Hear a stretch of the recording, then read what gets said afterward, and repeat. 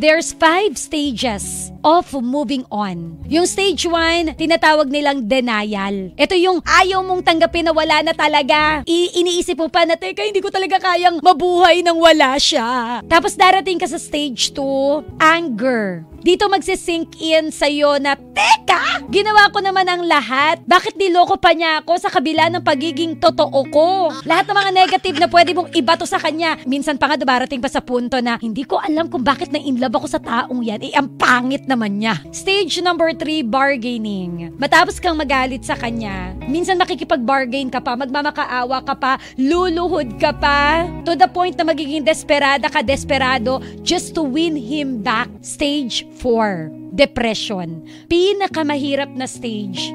Kasi hindi ka na makapag-function ng tama. Kaya sa mga kaibigan po, sana kapag nakikita na natin na nagkukulong na yung isang tao, lagi nyo sunduin. Kasi minsan talaga, depression, nakakatakot yan. And number 5, yung acceptance. Finally, tanggap mo na wala na kayong dalawa, handa ka nang i-let go yung sakit at magsimula muli. Napagdadaanan niyan, that 5 stages of moving on.